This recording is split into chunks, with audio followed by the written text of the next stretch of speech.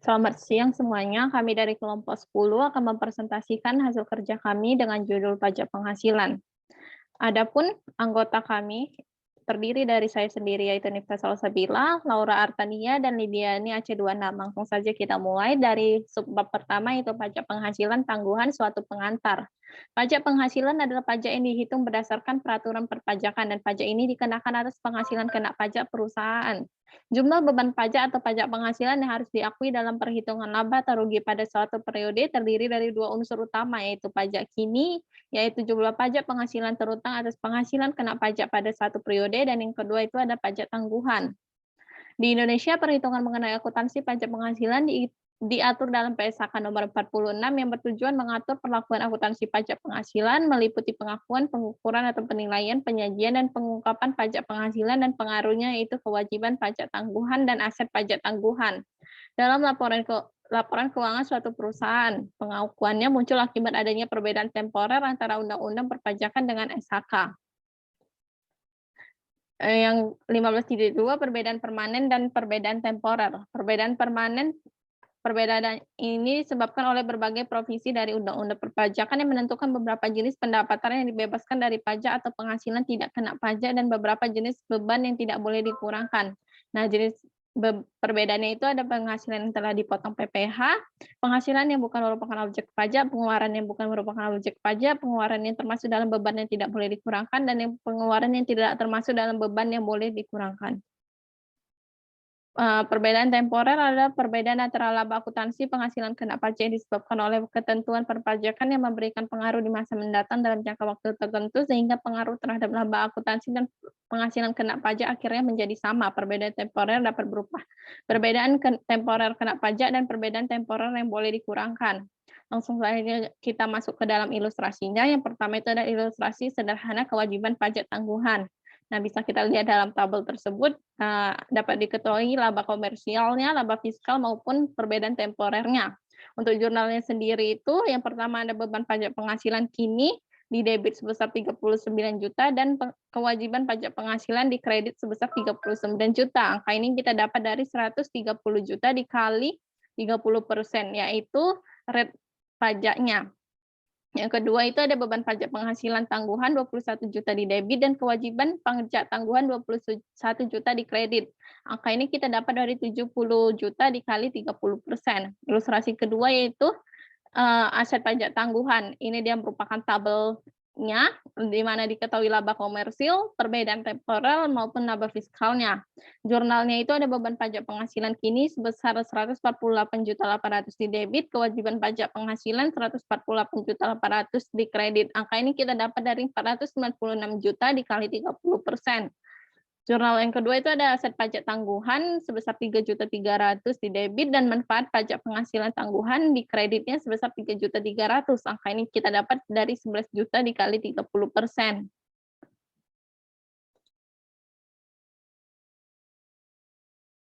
Baik, pada 15.4 perhitungan tahunan kewajiban dan aset pajak tangguhan.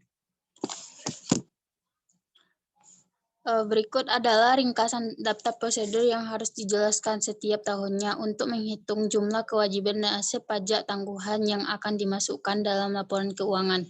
Yang pertama itu ada identifikasi jenis dan jumlah dari perbedaan sementara yang ada. Yang kedua, mengukir sebagian pajak tangguhan untuk perbedaan temporer kena pajak dengan menggunakan tarif pajak yang berlaku atau yang telah secara substantif berlaku pada tanggal neraca. Yang ketiga, mengukur aset pajak tangguhan untuk perbedaan temporer yang boleh berkurang menggunakan tarif pajak yang berlaku atau yang telah secara substantif berlaku pada tanggal neraca.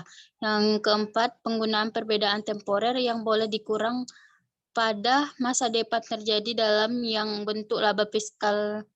Namun manfaat ekonomi berupa pengurangan pembayaran pajak akan hanya dinikmati oleh perusahaan mempunyai laba fiskal yang memadai sehingga realisasi tersebut dapat dimanfaatkan.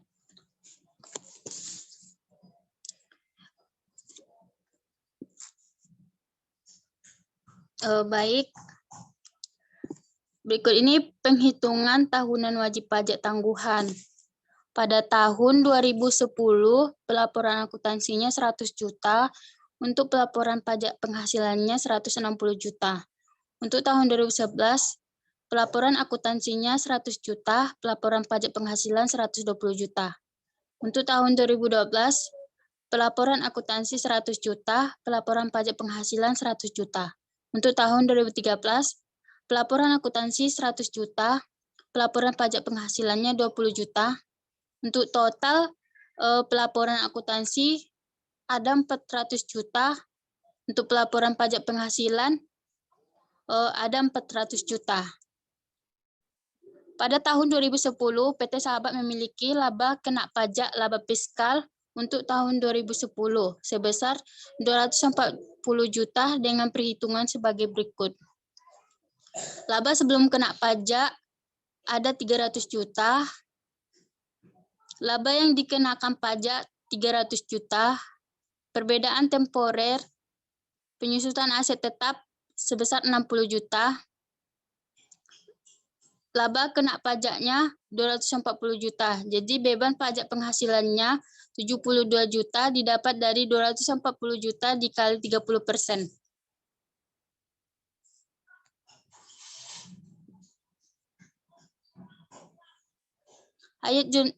Ayat jurnal untuk mencatat beban pajak kini dan kewajiban pajak tangguhan pada 31 Desember 2010. Beban pajak penghasilan kini didebit 72 juta, kewajiban pajak penghasilan dikredit 72 juta. Nah, beban pajak penghasilan tangguhan didebit 18 juta, kewajiban pajak tangguhan tidak lancar dikredit 18 juta. Untuk pencatatan ayat jurnal juga dapat digabung menjadi satu jurnal, yaitu beban pajak penghasilan didebit 90 juta, kewajiban pajak penghasilan dikredit 72 juta, kewajiban pajak tangguhan tidak lancar sebesar 18 juta. Pajak kini sebesar 72 juta ditambah pajak tangguhan 18 juta.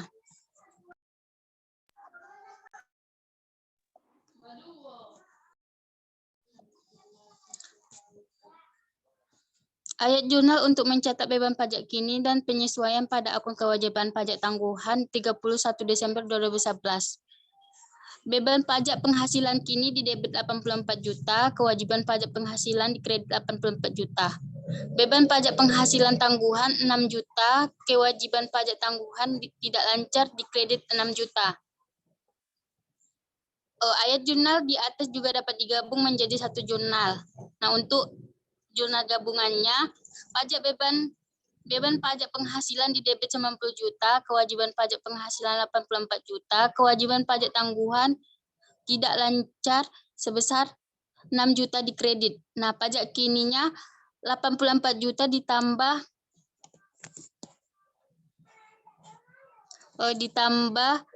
pajak tangguhan 6 juta.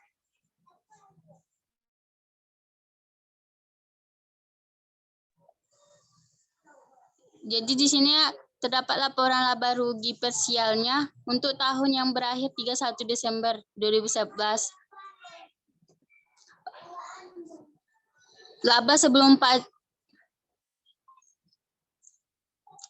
Di sini teman-teman bisa lihat di slide-nya.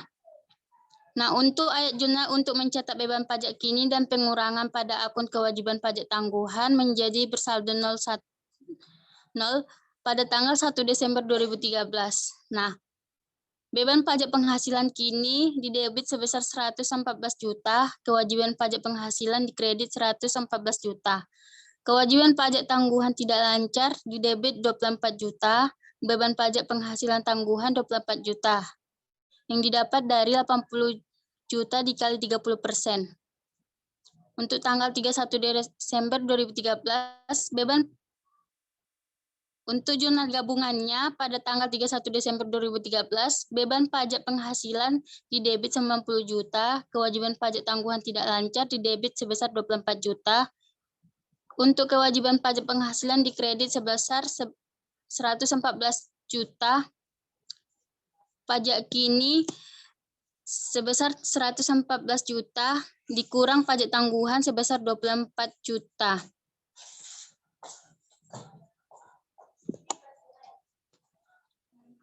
Jadi di sini ada laporan laba rugi persiap PT Sahabat untuk tahun yang berakhir Desember 2010. Jadi di sini teman-teman bisa lihat di slide.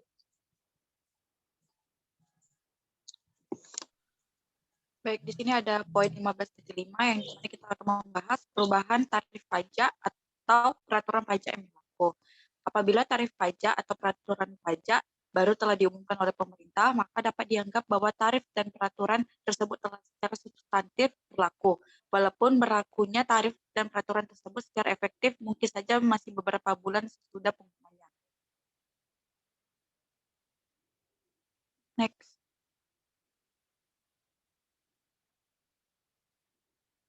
Nah, di sini ada ilustrasi yang dimana PT Sahabat pada tahun 2010 pemerintah menetapkan perubahan tarif pajak dari 30% menjadi 25% untuk tahun 2011 dan tahun berikutnya. Oleh karena itu, semua perbedaan temporer yang dibalik pada tahun 2013 dan kewajiban pada tangguhan harus diukur menggunakan tarif pajak yang ditetapkan pada tahun tersebut. Kewajiban pajak tangguhan pada akhir tahun 2010 akan menjadi sebesar 15 juta, bukan 18 juta, seperti yang telah dihitung pada contoh sebelumnya. Pada akhir tahun 2011, kewajiban pajak tangguhan akan disesuaikan ke saldo 20 juta, yang dimana didapatkan dari 80 juta dikali 25%. Jurnal penyesuaiannya adalah sebesar 5 juta, yang dimana didapatkan dari 20 juta dikurangi dengan saldo awal sebesar 15 juta. Apabila tarif pajak dan peraturan pajak berubah setelah kewajiban atau aset pajak tangguhan telah dicatat, saldo awal akun penangguhan tersebut harus disesuaikan untuk menggambarkan tarif pajak dan peraturan pajak yang baru. Nah, di sini ada ilustrasi yang sama, misalkan tarif pajak pada tahun 2013 berubah dari 30% menjadi 25% sepanjang tahun 2011. Saldo kewajiban pajak tangguhan pada awal tahun 2011 sebesar 18 juta yang didapatkan dari 60 juta dikali 30 juta. Nah, di sini ada ayat jurnal penyesuaian yang harus dibuat untuk menggambarkan tarif pajak yang baru sebesar 25% pada tahun 2013, di mana jurnalnya pada tanggal 31 Desember 2013, kewajiban pajak tangguhan tidak lancar didebit sebesar 900.000, lalu di kreditnya manfaat pajak penghasilan perubahan tarif dikredit sebesar 900.000. 900.000 ini didapatkan dari 18 juta dikali 5%. Next. Nah, di sini ada 15.6 yang dimana kita akan mengilustrasikan komprehensif pajak tangguhan. PT Mandiri memulai operasionalnya pada tahun 2010 untuk tahun pajak 2010. Perubahan melaporkan laba bersih sebelum kena pajak sebesar 850 juta. Berikut data yang berkaitan dengan perbedaan antara laba komersial dan laba fisikal perusahaan selama tahun 2010. Next. Nah, di sini teman-teman bisa melihat perbedaan data yang berkaitan dengan perbedaan antara laba komersial dan laba fisikal perusahaan selama tahun 2010.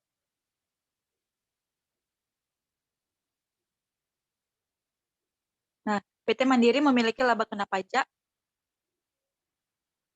atau laba fisikal atau yang bisa disebut dengan taxable income untuk tahun 2010 sebesar 561 juta dengan perhitungan sebagai berikut. Dari sini teman-teman bisa melihat beban pajak penghasilannya itu didapatkan dari 561 juta dikali 30%, maka didapatkanlah hasilnya sebesar 168 juta 300.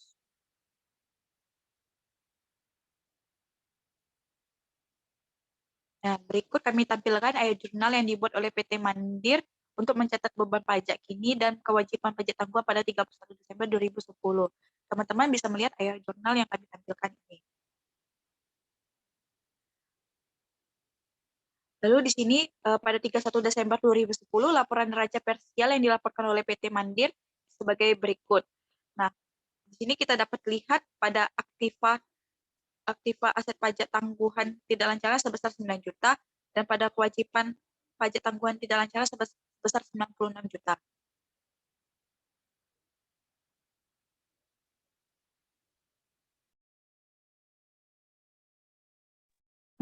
Demikian presentasi yang dapat kami sampaikan. Mohon maaf apabila ada kesalahan. Semoga apa yang kami dapat sampaikan dapat bermanfaat untuk kita semua. Terima kasih.